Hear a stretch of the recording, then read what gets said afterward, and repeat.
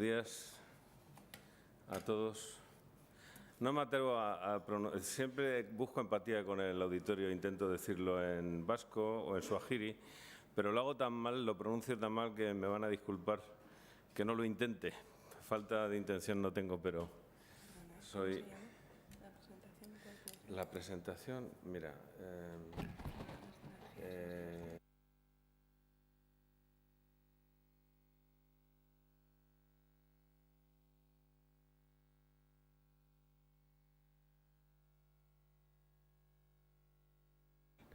Bueno, buenos días. La verdad es que cuando me invitó Iñaki a participar me hizo mucha ilusión porque yo soy muy activo desde hace muchos años en el mundo de la energía solar, sobre todo de la fotovoltaica.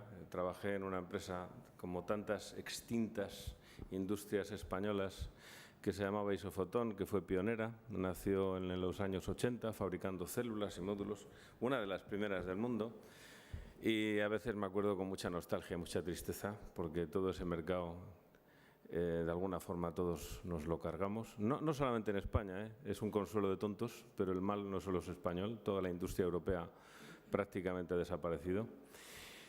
Y en el año 2005, siendo yo presidente de la EPIA, que era entonces una asociación bastante grande que juntaba a toda la industria europea de la fotovoltaica, pues tuve la, creo que feliz idea de pensar en aquel momento dónde la energía solar fotovoltaica realmente tenía su sentido, que es sobre todo en los países en vía de desarrollo, que es precisamente donde, curiosamente, no os voy a aburrir hoy con esa presentación, porque además me voy por las ramas, pero es un hecho cierto que donde está la mayor parte de la población del mundo es entre lo que llamamos el Sunbelt, una franja que está entre los trópicos, donde está pues, prácticamente 4.000 de los 7.000 millones de la humanidad, donde hay mayor radiación y donde no hay energía. O sea, se da perfectamente la circunstancia. Esta asociación que ahora os voy a presentar se llama Alianza para la Electrificación Rural, nació en el 2006 e inmediatamente nos dedicamos a promover la electrificación,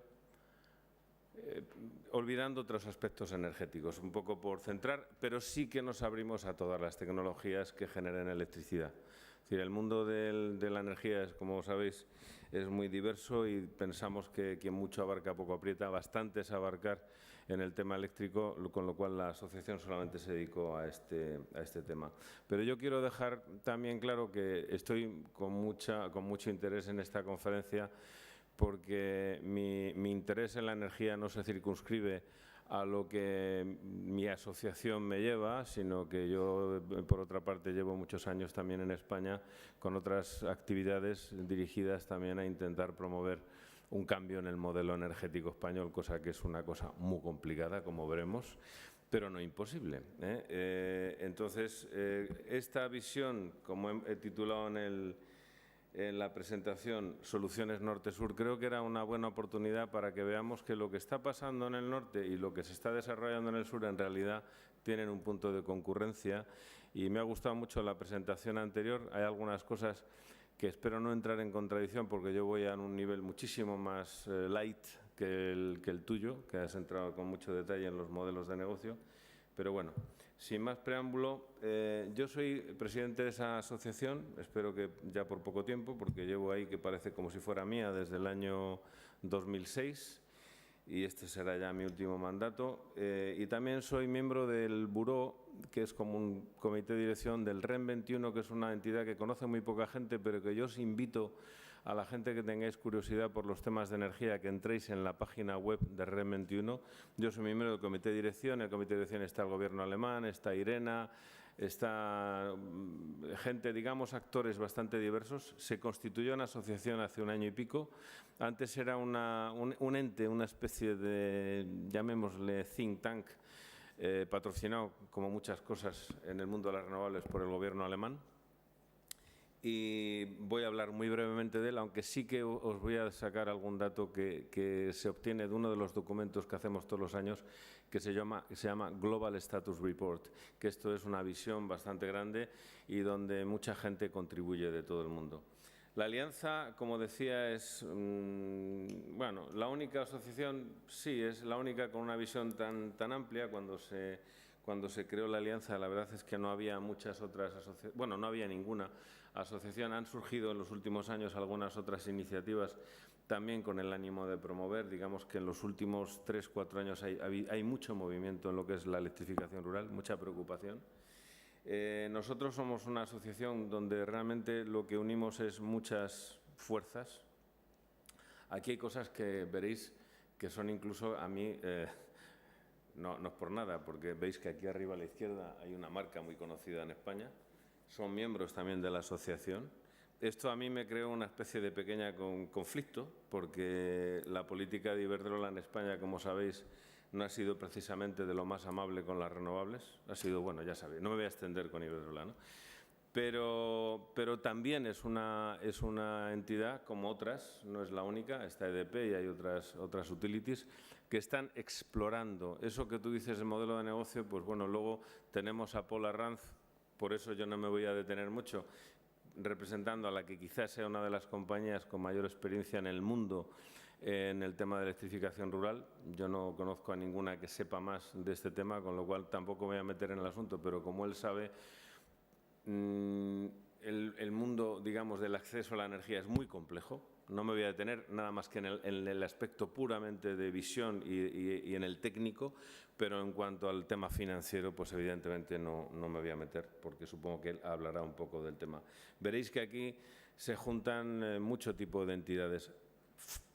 Dominante o predominantemente industria, evidentemente también están ingenierías y empresas de desarrollo como TTA, pero hay empresas fabricantes de componentes y hay empresas o hay entidades o como ONGs o fundaciones, como la Fundación Acción, hay otras fundaciones internacionales, y lo que hacemos es una cosa que es importantísima y que creo que es clave no solamente en el mundo de la electrificación rural, sino en el mundo de la tecnología y de la energía, que es ponernos al día. Esto que parece fácil es una cosa muy complicada.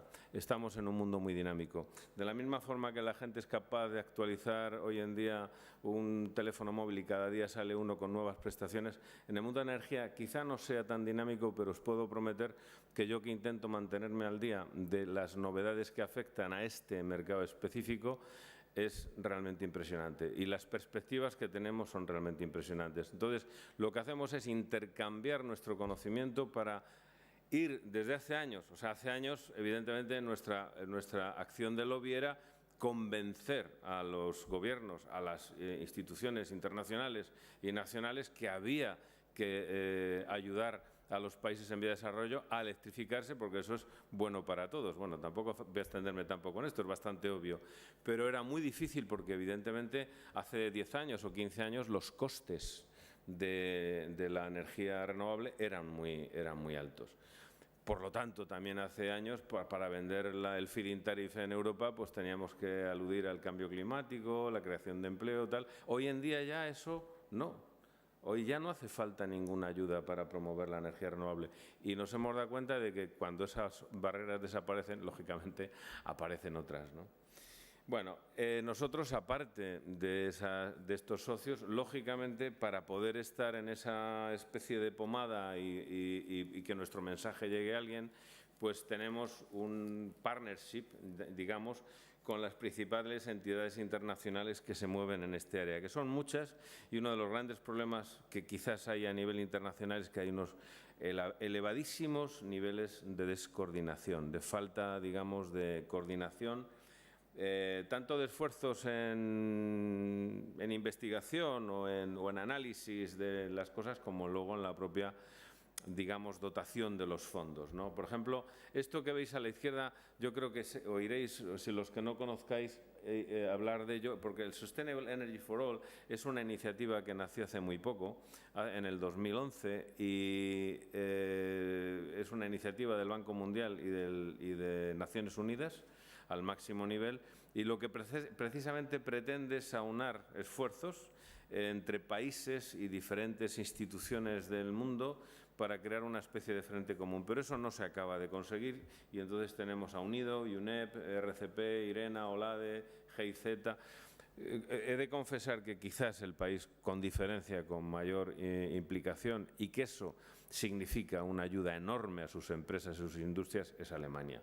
Alemania pone mucho dinero, pero no es una inversión gratuita, por decir, no es una inversión, como se dice, sin retorno, es una inversión que tiene su retorno y lo están haciendo muy bien. Yo ayer me desvío un poco, pero Alemania, es cierto, tiene un plan, cosa que no tenemos en España. En Alemania hay un plan. Un plan, haya el gobierno que haya, ellos en el 2050 tienen el objetivo de que el 100% de la generación eléctrica será renovable. Y eso lo cumplirán. Y es igual que tienen ese plan, tienen un plan de lobby para los temas de electrificación rural en el mundo, que yo creo que les está dando unos resultados fantásticos. Bueno, en cuanto al REN 21, pues básicamente, como decía, es un grupo multi-stakeholder. Aquí hay de todo. Es un poco batiburrillo. Hay ONGs como las más conocidas en el mundo, pero hay muchas otras. Hay gente de la ciencia, de la academia. Durante un tiempo estuvo el Pachauri, el hombre que luego ha sido muy controvertido, del IPCC, el indio del cambio climático.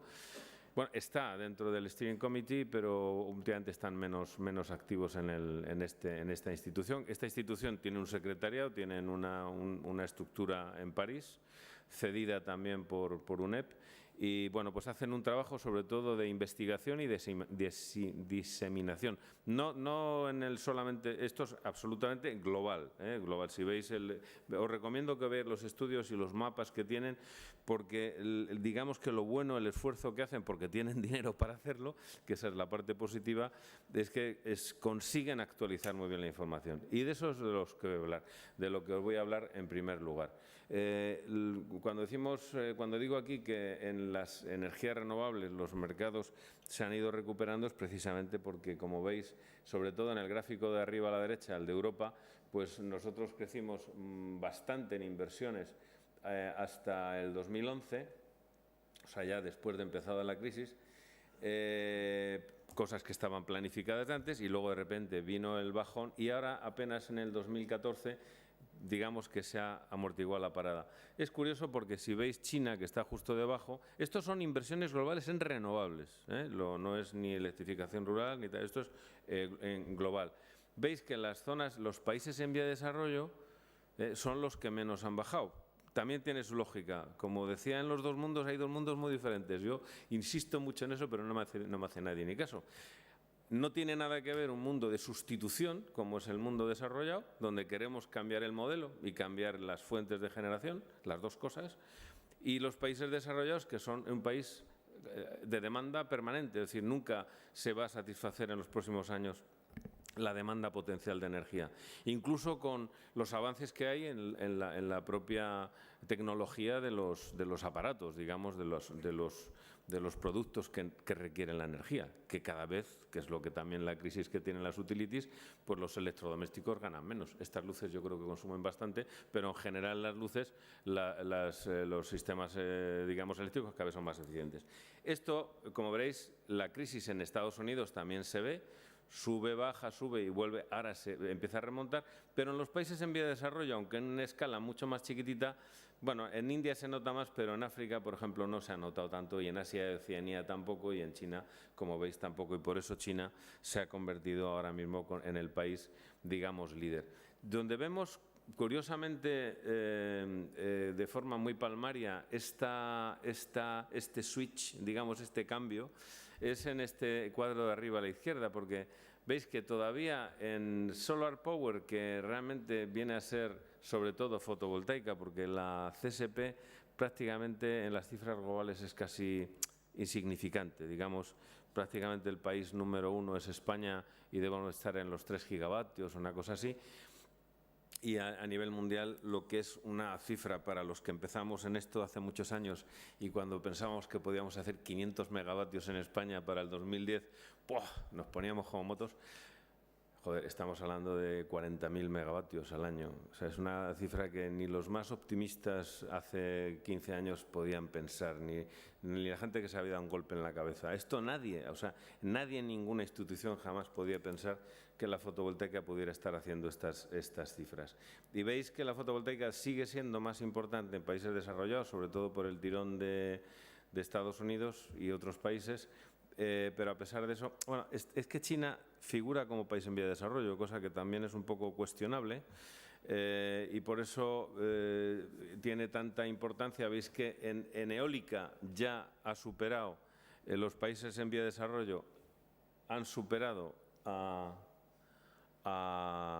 los no en desarrollo, y como veis en el gráfico de aquí abajo, la cifra entre lo amarillo, que es lo de los países desarrollados. Nos cuesta seguirte en los gráficos, o al menos a mi nivel. En los gráficos. Si Ok. Si nos indicas, Sí, yo indico. ¿Y cómo indico? El rojo. Bueno, este es la solar, que básicamente es fotovoltaica. Lo amarillo es países desarrollados, lo gris, países en vía de desarrollo. Veis que en la eólica, curioso, esto es un tema muy llamativo, ya los países en vía de desarrollo han superado a los países desarrollados de largo. Esto veréis que luego tiene implicaciones con lo que vamos a hablar después, porque quizás la pica en Flandes, que no es baladí, es que las energías renovables se empiecen a considerar a lo bestia, o sea, digamos como una solución. Esto hace 5 años, no 10, 5 años, en ningún país en vía de desarrollo, si ibas a un ministerio, pensaban que la energía renovable era una cosa seria, sinceramente, ¿eh? No hace 10, hace 5 años. Y ahora muchos países en vía de desarrollo tienen dentro de su ministerio tienen su área de energías renovables, e incluso pues, muchos países en África tienen su agencia de electrificación rural. Entonces veis aquí en este gráfico de abajo, cómo las inversiones, estos son inversiones globales, hasta 270 billones de dólares, que bajaron aquí, como comentaba antes, han vuelto a recuperarse, pero en el gráfico azul veis que en los países en vía de desarrollo, excepto el 2011 que cayó un poco, pero la tendencia ya llega al nivel que prácticamente se han juntado. O sea, es decir, ya los países, llamémosle pobres, en renovables, por razones obvias también por otra parte, porque claro, el coste de sustitución es mucho mayor que el coste de implementación. Y lo que es una cosa muy curiosa es esto, ¿no? Quiere decir que ahora mismo el 22,8% de la energía, que es energía eléctrica, perdón, en el mundo el 22,8% es de origen renovable, pero con el matiz de que de ese 22,8% la gran parte es el 16,6% del 22, o sea, casi el 80% es gran hidráulica. No deja de ser renovable, lo que pasa que, como nos contaron el caso de ayer del Jordi Évole del programa pues a veces la gran hidráulica tiene sus connotaciones sociales, ¿no? Pero bueno, como veis, en gigavatios sigue siendo la eólica la que sigue de líder. No deja de ser llamativo China, como veis aquí. España todavía parecemos, o sea, todavía la herencia del esfuerzo de la década pasada todavía hace que aparezcamos entre los primeros países del mundo, pero fijaros en China. China, esto ha sido cosa de 5 años, esto no ha sido más de 5 años. Y siguen. En China, digamos, los temas del cambio climático y de la contaminación, os puedo asegurar que últimamente ya empiezan a tener importancia, porque en la población, no sé los que habéis estado en China, habré estado como 40 veces, odio ir a China, y una de las cosas que odias es que en algunas ciudades son irrespirables. Y eso es un factor, ¿no? Pero el otro factor es que son conscientes del impacto que están teniendo las emisiones a nivel global. Bueno, yendo por tecnologías, veis que la eólica, todas las tecnologías. Una cosa son las inversiones, la repercusión en capacidad supera las inversiones por la constante bajada de precios. Es que aunque hayan bajado las inversiones, el cuadro anterior es cierto, han bajado las inversiones, lo que no han dejado es de crecer las instalaciones. Este es un matiz. ¿Por qué crecen? Porque los más viejos del lugar lo sabréis. Yo trabajé en una fábrica de módulos en el año 2008. El coste de un módulo estaba cerca de los 3 euros por vatio pico. El coste, hasta que los chinos nos demostraron que ese no era el coste, haciendo un dumping maravilloso que se llevó por delante de la industria europea. Hoy en día el precio de venta de un módulo es fácil 6 veces menor, el precio de venta. No sé, el coste para mí ahora es un misterio, realmente no me salen los números, pero el hecho cierto es que módulos por debajo de 50 céntimos se consiguen en el mercado. Esto explica también la subida, los 177.000 megavatios instalados en el mundo de energía solar, que ya se van acercando poco a poco a la eólica.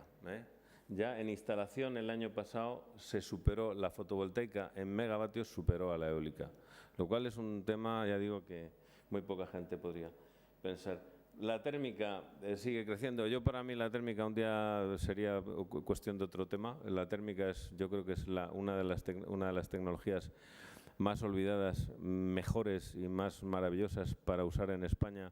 Y no sé cuál estaño contubernio judeo-masónico, como diría aquel, impide que eso se desarrolle, porque realmente es una pena. Y sin embargo, a nivel mundial, por ejemplo en China, la solar térmica es súper popular, pero también lo es en Austria, que no deja de ser muy curioso, o en Alemania. Y bueno, los etanoles, biodiesel y demás es un tema para mí que se me hace a veces un poco enojoso y confuso, tienen muchas connotaciones, pero también es un sector que va subiendo.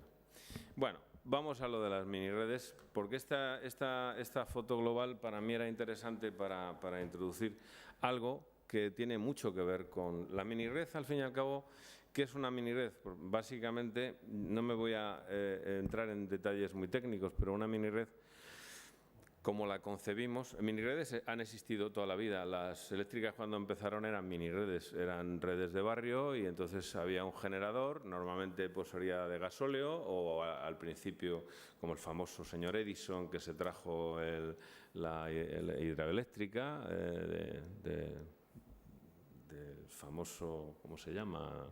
Cataratas del Niágara. Ahí fue la primera, creo, hidroeléctrica. Y al fin y al cabo es una generación que está cerca de donde están los usuarios y, como la entendemos nosotros, es una generación mayormente renovable.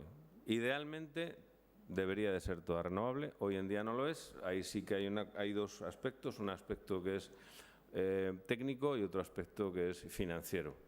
En muchos casos, las empresas como TTA, cuando van a un país y desarrollan un proyecto, muchas veces el proyecto se hace sobre algo ya existente. Es muy raro que te encuentres una comunidad que esté viviendo en los árboles. Es decir, la gente está ya con algún tipo de actividad y ahí, digamos, lo que tienen a lo mejor es un generador que a veces funciona, a veces no funciona, que a veces tienen dinero para ponerle gasoil, otras veces no. Yo esto me lo he encontrado en la India muchas veces, generadores de 25 kilovatios que a lo mejor llevan 5 años sin funcionar, porque no tienen dinero para rellenarlo y porque están en zonas que solamente traer el gasoil es complicado. Y no estoy hablando de zonas súper aisladas, sino pueblos que son pobres y que no tienen, ¿no? Entonces, en muchas ocasiones, una mini red lo que haces es partir de una instalación que ya hay y tal. ¿Qué es una mini red? Pues bueno, pues es un conjunto de generadores con una red de distribución y tienes luego unos usuarios. Los usuarios también son diversos, pueden ser usuarios que demandan y pagan una diferente calidad de servicio y pueden ser, que ahora es un poco la tendencia, pueden ser gente que tenga la electricidad para usos productivos, que además es dentro del SIFOROL y programas europeos que hay, lo que se intenta es que cuando hay electrificación rural no solamente sean programas de lo que se llamaban antiguamente lighting programs, que es programas que van específicamente, que no es poco, a proporcionar luz eléctrica, sino que sirvan además como semilla para un desarrollo. Si tú tienes una serrería o tienes un molino o tienes tal y de repente tienes electricidad o simplemente cualquier industria, incluso actividades relacionadas con el turismo, pues claro, no es lo mismo. Yo he estado en algún lodge de estos en Sudáfrica que tiene un generador de gasoil y que es tan carísimo que a las 10 de la noche te lo cortan y punto, te dan una linterna para que te despaches. Pues claro, si de repente tienes ahí un sistema eficiente, pues has ganado mucho. Claro, aquí, ¿cuál es la clave? Que lo hablabas tú en tu presentación. La clave es el conocimiento, la información del usuario, del sistema para optimizarlo. Pero ¿cómo definiríamos una mini red? Pues ese es un tema que yo no tengo ningún interés de hacer, pero que si veis la gente que se está metiendo en este negocio, pues cada uno cada uno va definiendo eso de una forma.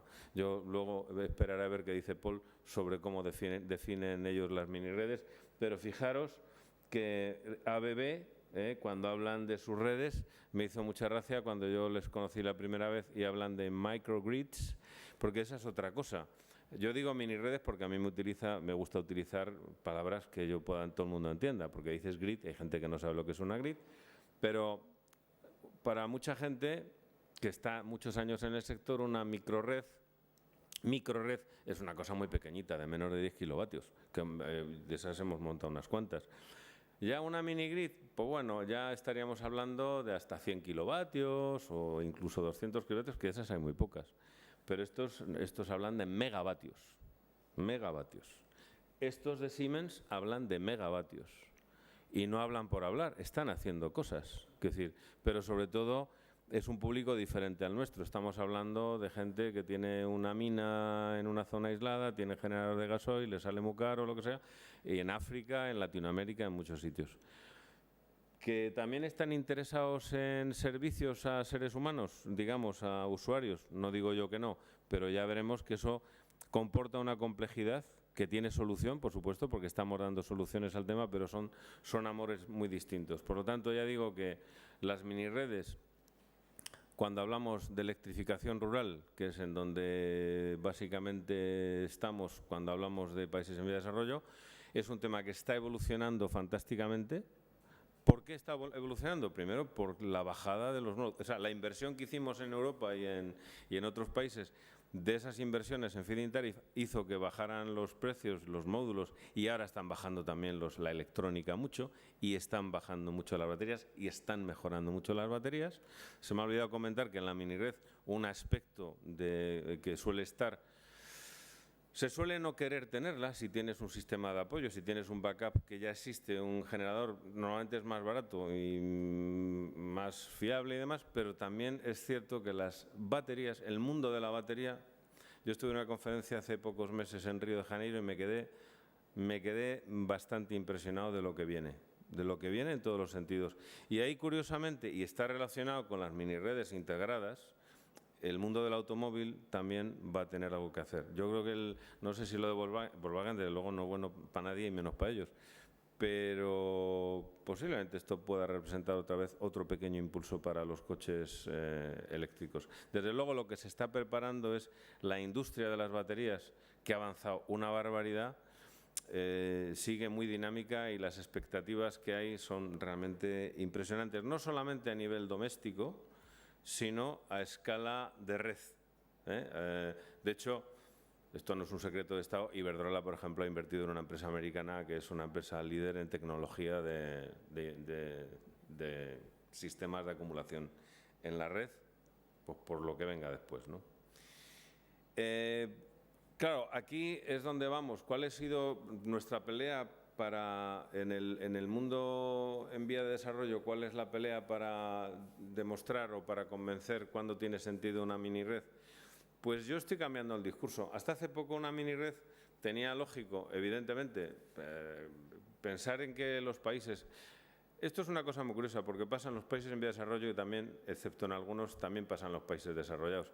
A los gobiernos no te crees que les importa tanto. Es decir, les importa tanto que la gente tenga lo que tiene que tener. Sinceramente, en los países en vía de desarrollo muchas veces, como hay tantas iniciativas internacionales, ellos de alguna forma ahora van entrando, pero muchas veces dicen, no, a mis pobres que me los alimenten otros, que vengan las ONGs, que vengan los organismos internacionales y que nos den la energía.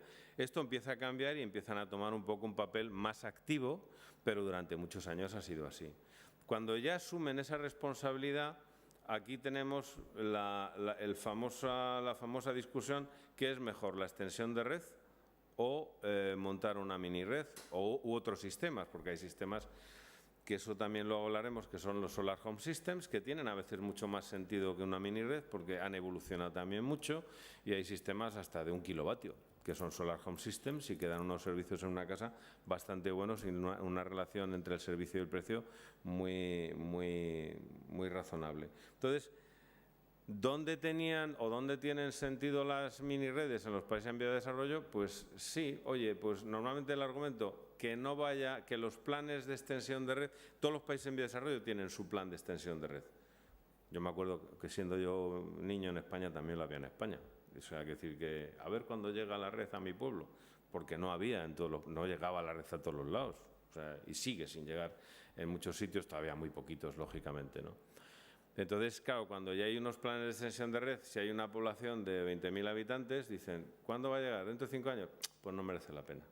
Este discurso, pues entre otros yo soy de los que pretenden cambiarle. ¿Por qué? Pues por lo que vamos a hablar después, porque las miniredes lo que deben de ser son redes integrables en un sistema, de la misma forma que veremos que en el mundo desarrollado, como hemos visto en la presentación anterior, de lo que se trata es de cambiar un modelo hacia un modelo de generación más distribuida, donde integremos el consumo y donde hagamos al usuario más partícipe. Esto es muy curioso, lo del usuario más partícipe, porque desde luego es en los países en vía de desarrollo donde el usuario no es que sea partícipe, es absolutamente, es decir, se le traslada prácticamente toda la responsabilidad de gestión de su sistema. Si es un Solar Home System, por supuesto, él es el que lo gestiona, y si es una comunidad, pues lo más importante es, a lo mejor tardamos una semana en hacer una instalación y tardamos un mes en enseñar y en entrenar a la gente cómo tiene que mantener su sistema. O sea, el nivel de implicación sobre la gestión de la generación es total. De todas maneras, yo estoy convencido de que eso ni se trata de eso, ni lo vamos a conseguir, ni es el objetivo en un país como España. Yo no creo, la gente lo que quiere ser es consumidor, tener su servicio, y no tiene por qué el 100% de la población, como pasa en África, tener que tener esa responsabilidad. Ahora bien, si decidimos, como pasa en África, que tú tengas tu Solar Home System, o llamémosle tu equipo de autoconsumo en casa, pues evidentemente si tú tienes un equipo de autoconsumo, pues tendrás que tener unas nociones de cómo gestionarlo. Bueno, en definitiva, este gráfico, que lo que nos explica es básicamente dónde hay un interés en cuanto a los costes. Esto va cambiando prácticamente todos los días, porque este cuadro de aquí, que es los costes de los por kilovatio hora, aquí es un poco tramposo porque no viene la cantidad, pero pongamos por caso que si es sin subsidio, estemos hablando de 20 céntimos. Depende de cada país y depende de las fuentes de generación. Esto es imposible hacer un cuadro que valga para todos, porque esto va cambiando. Pero lo que sí que no cambia en realidad es que, evidentemente, dependiendo de la fuente y dependiendo del tamaño y dependiendo de una serie de factores que tampoco se trata digamos, de extenderme, pero que son de sentido común, pues una minired empieza a tener más sentido. Es decir, si es una población muy dispersa, yo he participado en proyectos, por ejemplo, en Bolivia y en Perú, son comunidades dispersas, donde una casa está aquí, otra casa está a 500 metros, pues ahí no tiene sentido una minired. Los costes de la infraestructura son muy grandes, es mucho mejor poner un Solar Home System. Desde luego, con el nivel de renta, que eso no lo hemos hablado, que tienen a veces en las poblaciones de estos países, pues los números no salen ni a martillazos. O sea, si tuviesen que pagar lo que vale realmente el servicio, no serían capaces de pagarlo. Bueno, en los países, eso estábamos hablando de los países en vía de desarrollo.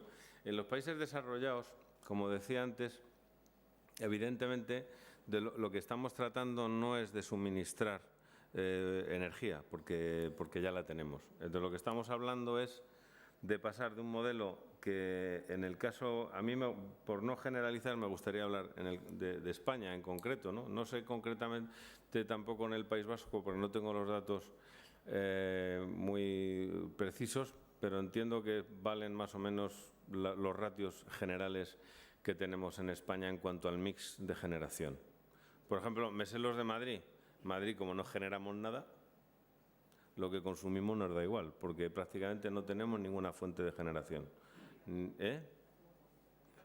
Irrelevante, o sea, todo lo importamos. O sea, pero entonces lo que nos afecta es el mix de generación global del país por las interconexiones y demás. Entonces, evidentemente, lo que estamos hablando es de que tenemos en general en España un sistema centralizado, una gestión casi de monopolio. No es un monopolio, pero como si lo fuera. Es decir, hay unos señores que gestionan. Ayer estuvimos con Ana de Som Energía, que es una cooperativa que gestiona una cosita infinitamente pequeña y con un impacto que esperemos que vaya creciendo, ese tipo de iniciativas, pero que en realidad el sistema ni se entera. Yo conozco bastantes operadores privados y empresas que empezaron hace tiempo, como Gesternova y tal, que han intentado comercializar de energía, digamos, verde. Bueno, eso es un reto y es un camino que yo particularmente creo que hay que respetar, pero que en realidad, si queremos cambiar el modelo, esas iniciativas también se tienen que adaptar al modelo. Y ahí ya veremos que luego empiezan a surgir intereses o visiones que encajan o no encajan tanto en el interés. Es decir, si nosotros vamos a un modelo como lo plantea aquí en este gráfico de una presentación que hace pocas semanas me quedé bastante asombrado. Algún dato que tú has sacado, yo lo he sacado, pero lo desconocía. Luego he visto que tú también lo tenías. Esto es de un estudio de Navigant, muy reciente, y como veis, claro, están hablando de que el sistema de hoy, que es un sistema centralizado, con una distribución y prácticamente hay una planta grande, digamos, unas grandes plantas de generación, y luego se distribuye el sistema.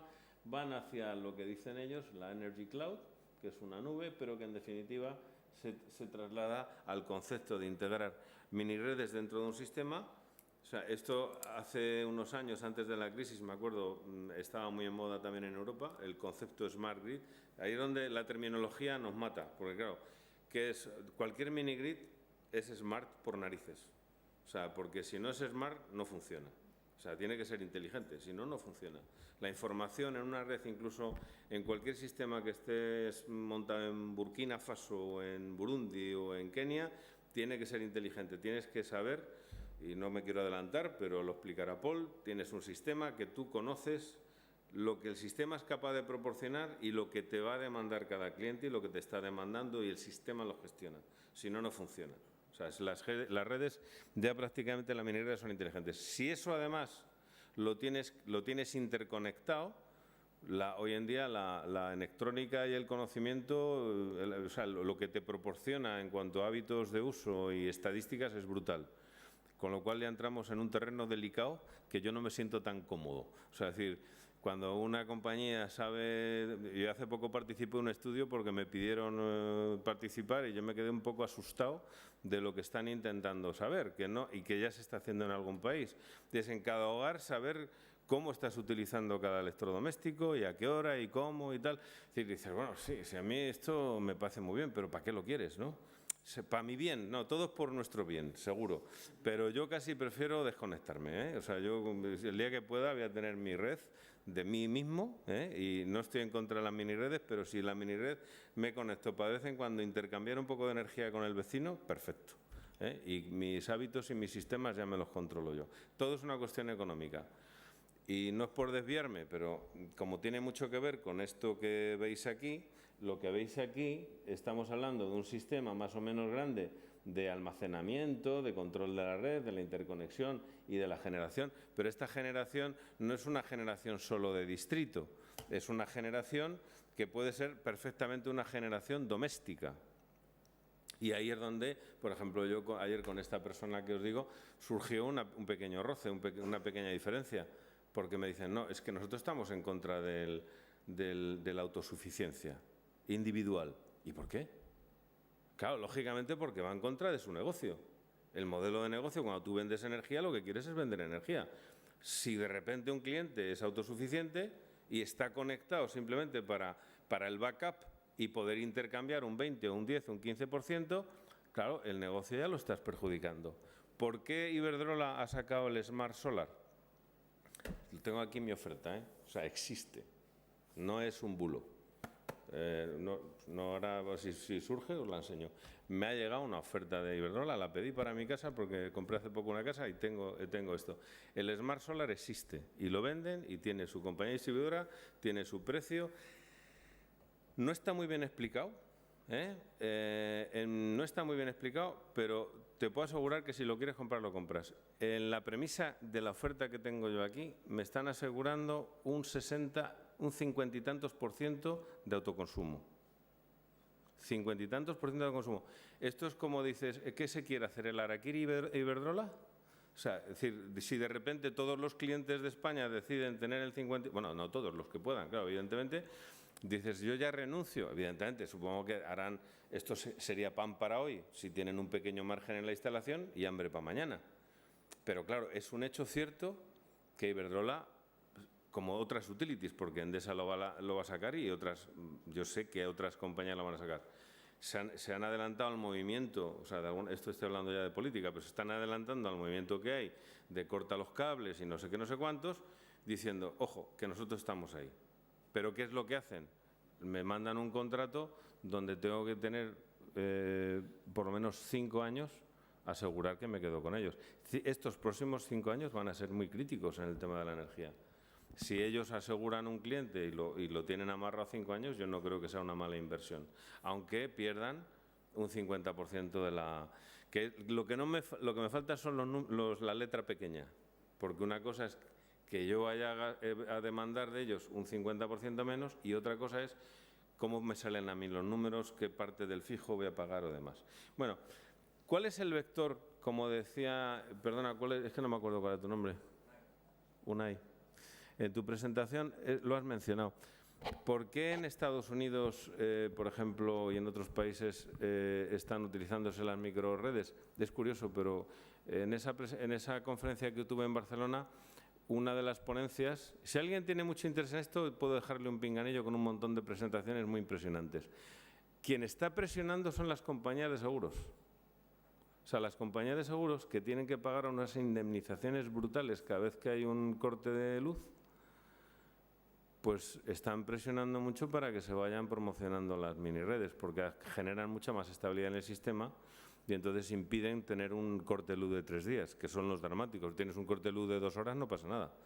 O sea, no se te estropean las cosas del frigorífico, ni la industria se te para. Entonces, esto es muy curioso, porque cuando lo cuentas por ahí, dicen, joder, y además no se cortan un pelo en decir que esto no es texto mío, que es impacto del cambio climático. En Estados Unidos se reconoce, y no hay nada más que ver el gráfico, este gráfico de aquí, para Rajoy y el primo de Rajoy, es bastante elocuente. Esto es casuística de cortes de luz debido a tormentas y condiciones climáticas extremas. Esto es pura estadística, esto es como ir a la MT y ver si ha subido la temperatura en España. No, es que lo ves, ha subido. O sea, no te guste o no te guste, la subida de temperaturas es un hecho. Pero esta estadística es brutal. Entonces, grandes empresas y consorcios de empresas de seguros son las que están intentando hacer lobby para que haya tal. Luego, por otra parte, evidentemente, lo que decíamos al principio, lo que hemos tenido en muy pocos años es un enorme cambio, salto tecnológico. Este salto tecnológico, esto ahora es la anécdota súper graciosa porque llevamos usando baterías para Solar Home System desde hace 30 años, pero hay un foro en Viena todos los años, o cada 2 años, y el otro día, en el último que hubo, una de las políticas, una señora, debía ser de algún gobierno, algún país, en un auditorio lleno, y dice toda emocionada, porque ahora gracias a Tesla hay una batería para los hogares y tal, esto es un salto tecnológico impresionante. Claro, estábamos diciendo, joder, claro, yo la he puesto porque queda genial, no me digas. Desde luego, como bonita, yo no creo que haya una batería mejor. No la hace Tesla, la hace Panasonic, pero y ahora Panasonic va a sacar las suyas. Pero evidentemente toda esta corriente de conocimiento, de salto tecnológico y de bajada de los costes son los que están permitiendo que esto pase. ¿De qué iba a Iberdrola a pasar una oferta con un inversor, una batería? O sea, el sistema que me ha ofrecido es inyección cero, por supuesto. Todo lo que tú generas lo consumes en casa y lo consumes o bien de la batería o bien de la red. Si no hubiera las baterías y los inversores que funcionan con las cargas de las baterías, ¿cómo están funcionando? Y esto francamente, hace 10 años, ni por costes ni por tecnología era posible. Entonces, toda esta visión del trato del conocimiento. A mí el otro día, por cierto, pedí que me cambiaran la tarifa, me pusieron el contador este espabilado, que no es inteligente del todo, pues lo pregunté, ¿tiene un piloto rojo todo el día encendido? Y dice, no, eso es que no está mandando todos los datos que debería. Digo, menos mal. Pero ya tengo tarifa nocturna y tal, y entonces me dicen todos los meses, has gastado tanto por la noche y tanto por el día. Y yo le digo al dragón, oye, la lavadora más tarde, ¿eh? O sea, a partir de las 11 no fastidies, que tenemos el tema muy desequilibrado. Pero claro, ese contador pretende ser mucho más listo. O sea, la capacidad del contador que te están instalando tiene muchísimo más potencial. Eso integrado en el sistema, pues lógicamente interconectado con los consumidores de tu barrio, con la red que tengas, evidentemente te da unas posibilidades pues como las que hablábamos antes de los sistemas, con los sistemas que está instalando con el invento que tiene TTA del contador inteligente en las redes en países en vía de desarrollo. Pues te permite cosas de optimización de la inversión y de los recursos que antes eran impensables. Entonces, bueno, por resumir, del sistema centralizado en los países desarrollados vamos, gracias a las mejoras en energías renovables, gracias a la capacidad de medir y a la capacidad de gestionar, y gracias a que se va incorporando, se va a ir. Yo fui un poco optimista, me he equivocado con las previsiones. Yo hace años pronostiqué algo que no ha sucedido, pero ahora, como tengo una segunda oportunidad, yo pienso que dentro de 5 años va a haber muchos vehículos eléctricos. Yo tengo uno. El desarrollo tecnológico y reducción de costes, esto sí que es una realidad, esto está pasando y yo creo que todo esto nos va a llevar a esas implicaciones. Es curioso porque esto es una traducción de una presentación de Navigan, no, de otra compañía, que no se me ha olvidado ponerlo, pero esto yo no me he inventado, solo lo pone en una empresa americana, ¿eh? O sea, lo del empoderamiento del usuario no deja de ser llamativo porque esto que estamos diciendo de que el usuario tenga mucha más capacidad de gestión en el tema no es un tema de iluminaos aquí que digamos tenemos que pelear y tal. No, es una cosa general que se está asumiendo como un tema normal. Y si vais a algunas comunidades en Alemania que no son frikis, o sea, que son lo que llamaríamos aquí ecoaldea, pero en plan elegante, en plan alemán, con el BMW híbrido en la puerta, o sea, no con una chancla ni con una bicicleta, o sea, ni siquiera coletas, o sea, gente fina de toda la vida, pero ecológica, o sea, gente rica, ¿eh? Pues esto es igual, hay comunidades flipantes en Alemania, ¿eh? Muy comprometidas con el medio ambiente. Bueno, pues lo que decía, en los países en vías de desarrollo, yendo otra vez al otro lado, pues aquí de lo que se trata es de utilizar el modelo que estamos trabajando, curiosamente, en paralelo. O sea, de la solución tecnológica hay empresas que están trabajando con una orientación claramente al sur y empresas claramente al norte. Y los fabricantes, por ejemplo, de baterías y de inversores y tal, que están en los dos lados, con los pies en los dos lados.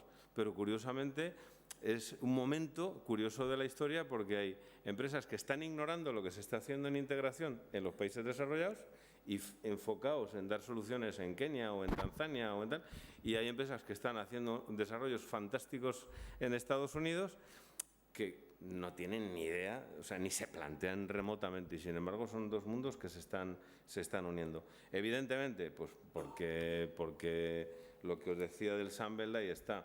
O sea, la gente, no solamente la gente que no tiene nada de energía, que son los círculos rojos, sino la gente que tiene energía en condiciones bastante pobres, que son los círculos amarillos. Y fijaros la cifra aquí en África, que es bastante llamativa. Solamente 7 países africanos. Una cosa que me gusta mucho comentar de África. Sí, África, ahí donde la veis, es igual que Estados Unidos, Europa, sin Rusia y China juntos en extensión.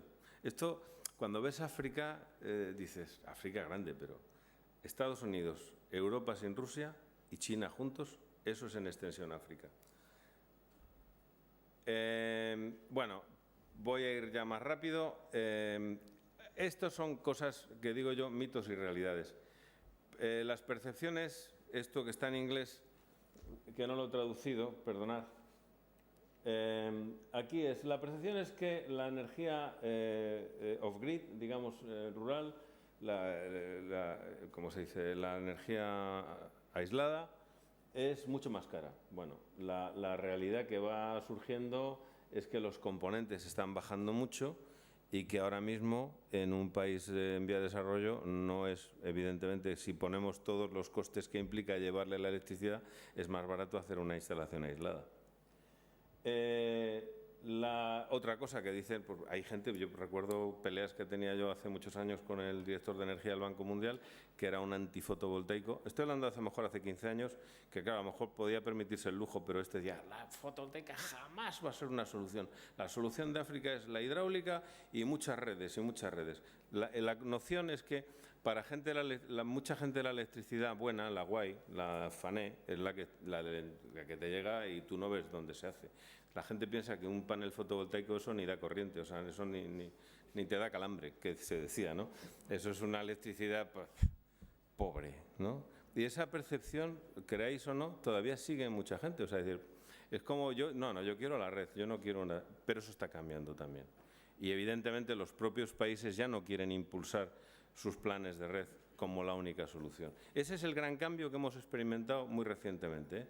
O sea, esto es de hace 2 años para acá. O sea, ya muchos países...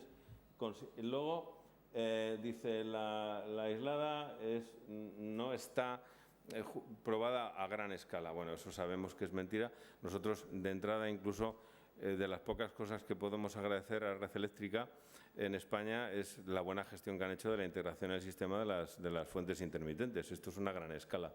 Más escala que eso es muy difícil. También se está haciendo en Alemania. En Alemania Red Eléctrica seguro. Es que ayer lo dije, pero no puedo evitarlo. Es que Red Eléctrica para mí es una cosa cañón. Es una empresa que el año pasado facturó 193 millones de euros y ganó 130 y tantos. De verdad, esto está bien. O sea, un país que nos podemos permitir una empresa de distribución nacional como esta, hay que intentar aprender el modelo de negocio, que tiene que tener algún truco interesante. Eso yo lo recomiendo. La tecnología, bueno, la tecnología va cambiando muy rápidamente y eso es una realidad. Lo único que pasa es que tampoco te puedes parar para decir, bueno, ahora es el momento de decidirnos sobre cuál es la mejor solución, porque sabemos que evidentemente si esperamos, yo tengo amigos que cuando salía un ordenador pues, o con una televisión, eso el buen ejemplo eran las televisiones planas. Tardaron hasta que ya las planas prácticamente se habían hecho tan finas y él seguía con un televisor muy grande y decía, tienen que bajar. Claro, se ha jodido, bajaron y creo que murió el amigo este ya. Creo que nunca llegó a ver la televisión en condiciones. Tenía esas televisiones, como antiguamente ponían un plástico delante de colores para decir que tenían televisión en color. Bueno, esto es una perspectiva muy rápidamente de los países en vía de desarrollo, que es muy llamativa porque en los países en vía de desarrollo, según según las Naciones Unidas y demás, veis que estamos hablando a nivel mundial, casi todo lo que se va a añadir es en países en vía de desarrollo aislada y la mayor parte en redes, en mini redes. Y esto es un estudio de Bloomberg que también es muy llamativo porque lo que veis es que para el 2030 prácticamente en la pequeña escala de fotovoltaica será la mayor fuente de energía y eso está muy vinculado con las mini redes. Y en cuanto a mini redes conectadas, es muy curioso porque este cuadro que os voy a enseñar aquí a mí me llamó mucho el otro día la atención. Hay actualmente 8.400 megavatios operativos, de los cuales solamente el 1% está en donde realmente hace más falta, que es en el Medio Oeste y África. Fíjate tú que estamos trabajando desde hace años para llevar las mini redes, pues no. Donde están las mini redes, el 66% de estos 8.400 megavatios, según la fuente Navigant de 2015, al segundo trimestre del 2015, el 66% es en Norteamérica. Es decir, que curiosamente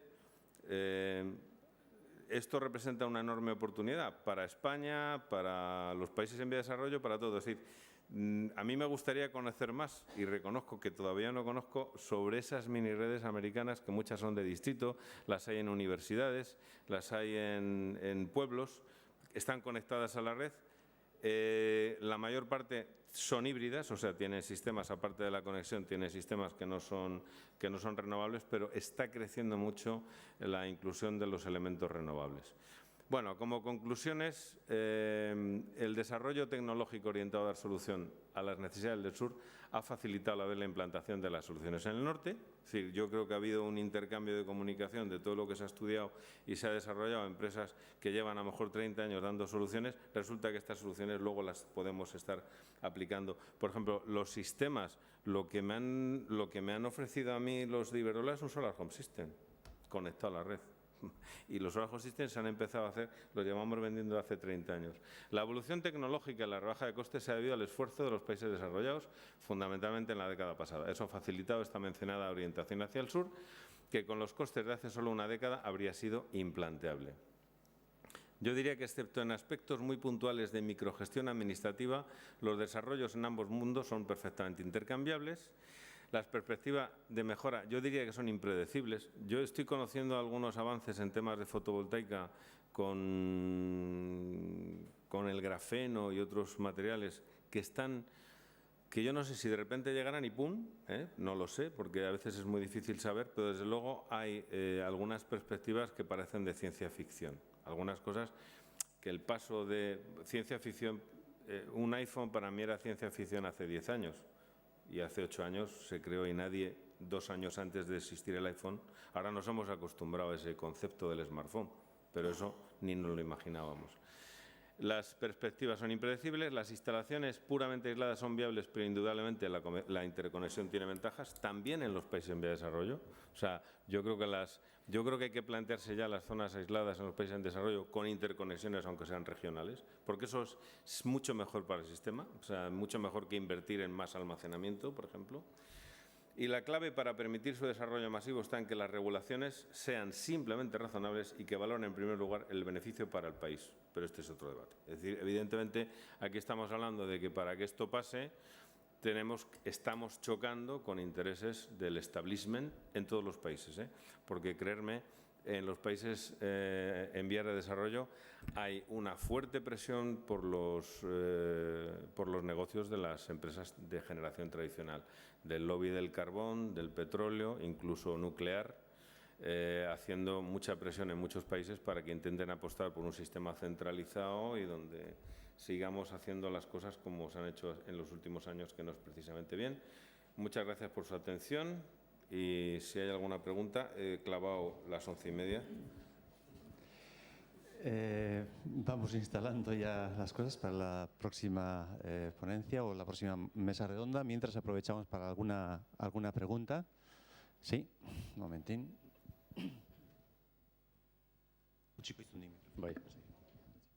Bueno, no es exactamente una pregunta dirigida al tema de las mini redes, sino en general a la interconexión entre producción y consumo.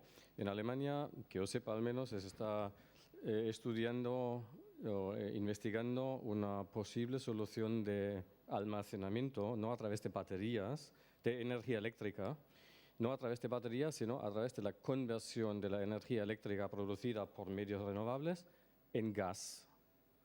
Y ese gas, a su vez, se podría distribuir como si fuera a través de la red existente de gas natural, incluyendo los depósitos, los almacenes, los tanques, toda la infraestructura ya existente, pero con gas convertido a través de energía eléctrica. Cuando dices gas, ¿te refieres al hidrógeno? No necesariamente hidrógeno. Ahora desconozco qué es exactamente el tipo de gas, pero sí que se está investigando. No, es que eso. Vamos, en el tema del hidrógeno llevamos investigando, por lo menos que yo sepa, 30 años. Todos, o sea, no creo que haya nadie de renovables que no haya estado. En mi antigua empresa, en Isofotón, teníamos una pequeña planta para producir hidrógeno con fotovoltaica, pero yo no sé qué otro gas.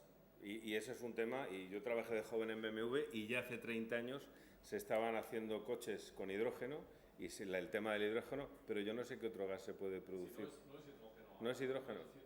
Lo desconozco. Ya te digo que desgraciadamente estar al tanto de en el mundo de las renovables de todas las cosas que se están explorando, no lo sé, pero en lo que en Alemania te garantizo está teniendo ahora mismo una gran eclosión son el uso a nivel doméstico de baterías.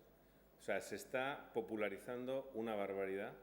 Lo que vende Iberdrola ahora en España, lo que está intentando vender, esto hay como poco unas 15 empresas en el mercado alemán que están creciendo muchísimo. Sistemas de 5 o 6 hasta 10 kilovatios. La explicación creo que está en el mismo sitio que aquí también, que se han ido bajando las tarifas de las primas de las renovables, con lo cual... Claro, claro. Y bajando los costes de las baterías y mejorando la electrónica del sistema doméstico, con lo cual hay gente que en algunas zonas de Alemania tiene más del 80% de autonomía con una radiación que es la mitad de España. Con lo cual, pues, en fin, blanco y en botella. Y igual un pequeño salto aquí en forma de una petición a lo que sería, bueno, más bien la organización, que eso me imagino que tendremos más ocasión luego de hablarlo.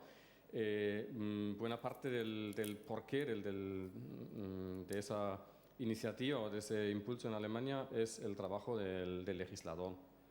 Que no sé si es porque aquí la puerta giratoria funciona mejor en España que en Alemania, no lo sé, pero es que el trabajo que ha hecho de información y de impulso del gobierno de Alemania no es comparable con el de aquí. Entonces, el consumidor muy probablemente aquí no sabe qué potencial puede tener. Estamos aquí hablando de la implicación del consumidor, pero primero tiene que saberlo. Y tú decías antes muy bien que se prefería o se prefiere la generación de energía, digamos que no se ve, ¿no? Que la que se produce en algún sitio centralizado, oculto, y a mí me llega limpiamente a través de mi enchufe. Una frase muy conocida en Alemania era: ¿para qué necesitamos nucleares? Que a mí me sale la corriente del enchufe. Claro.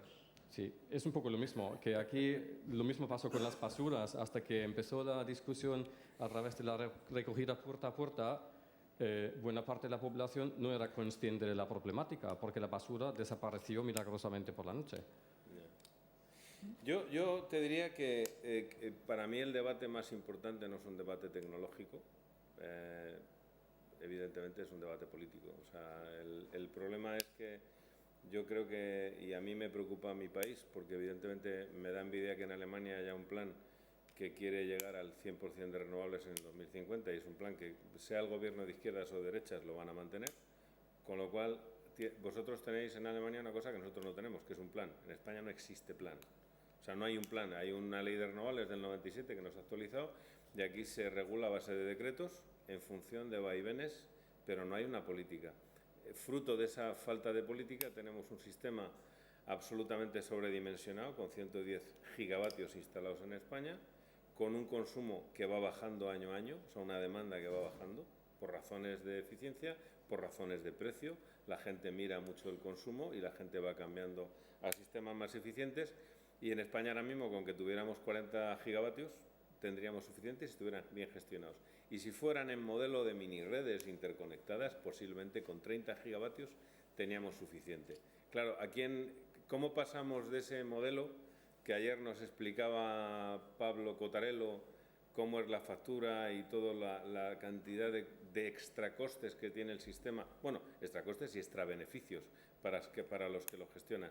Pues porque es un sistema que está dominado por los que controlan el dinero. Y esto es una cuestión que no es hablar de una especie de conspiración, son hechos, o sea, ¿no? Está ahí. O sea, en España, el otro día estuve en una conferencia en Sudáfrica, me encontré, el día que salió el decreto del autoconsumo, me encontré con un compañero, Luis Crespo, que es el presidente de la Asociación Europea de la Solar, de la CSP, de la concertación, y me decía: no te preocupes, porque esto dura hasta el 20 de diciembre.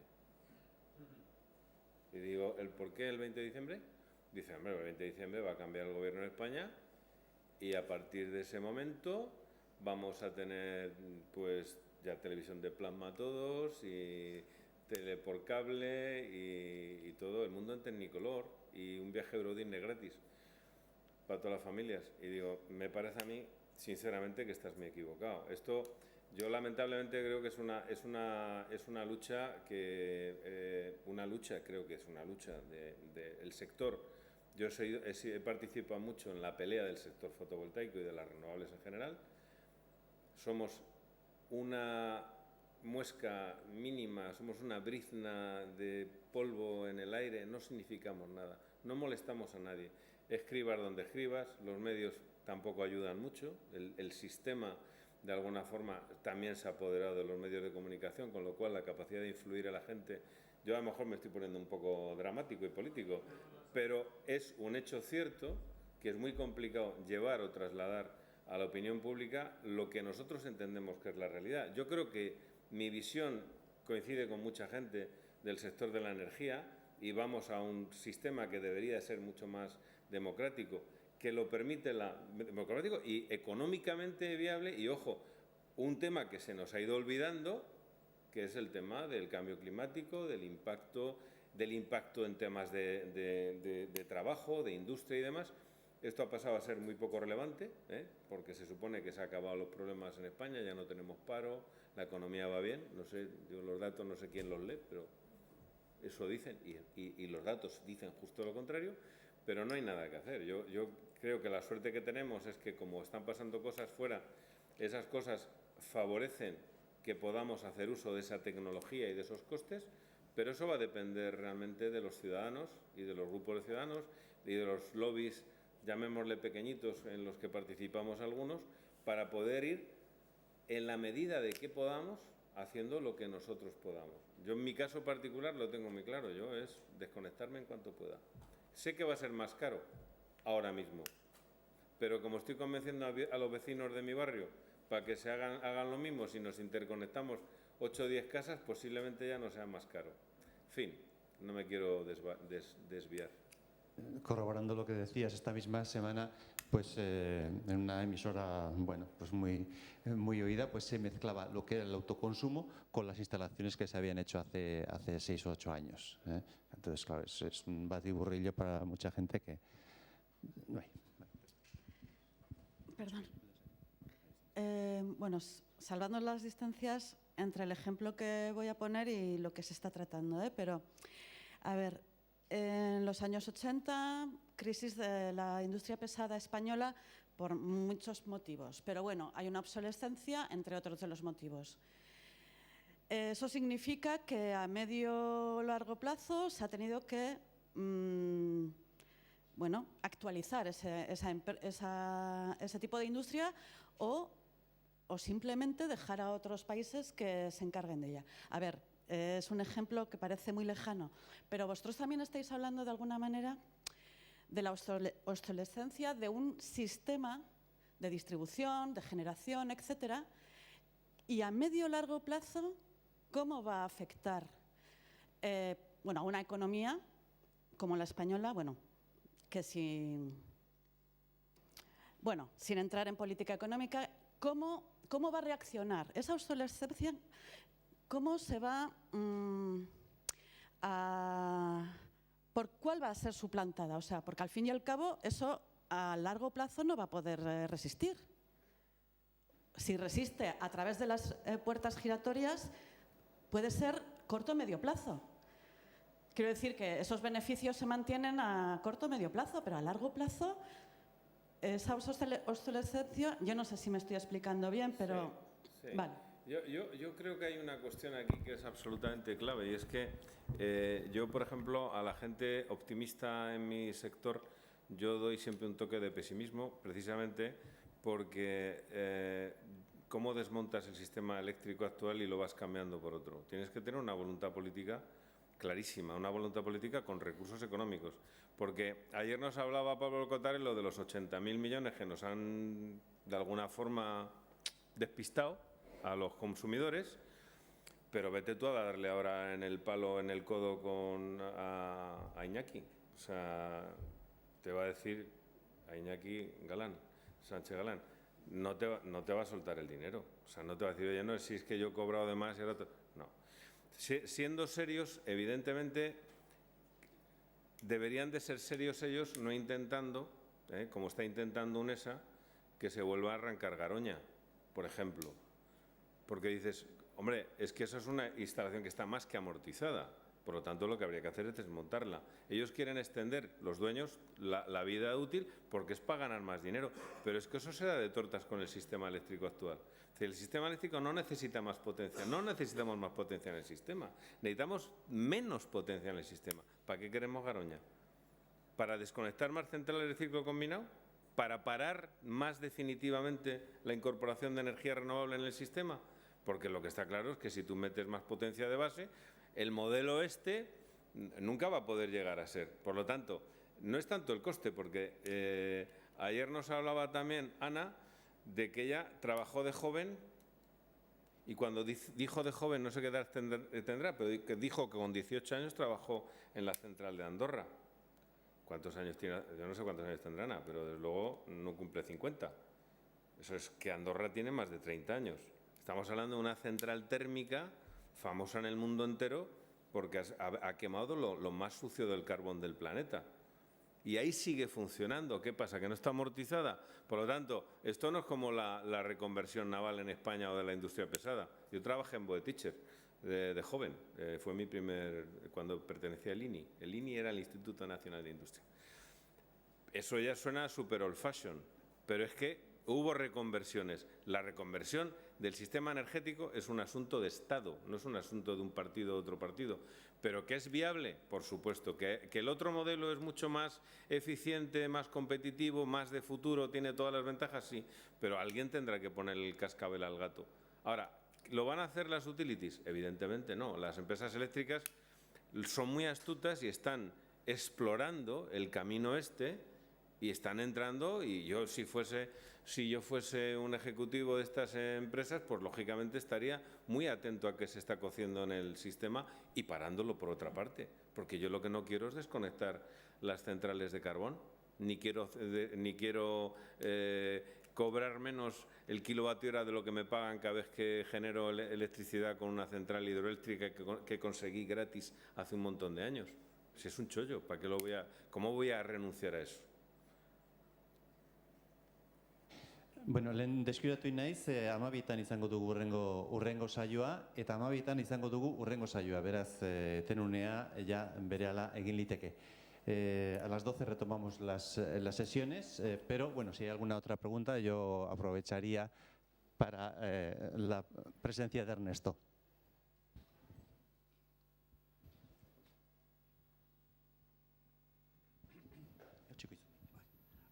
Oye, una pregunta. El domingo en El País aparecía una noticia en cuanto a acumulación y hablaba de acumulación de viento. ¿Sabes algo de esto? Luego, otra cosa. A mí la situación de este gobierno actual me da la impresión de que lo que ha funcionado es Hacienda. Y no sé, con la energía está pasando un poco como si yo monto un huerto urbano y por regalar 2 zanahorias al vecino me pagan el IVA de esas zanahorias. Vamos, me cobran, mejor dicho. Y luego, sin pretender ser pedante, la central de las cataratas de Niágara la hizo Nicolás Tesla, no Einstein, que fue su gran enemigo.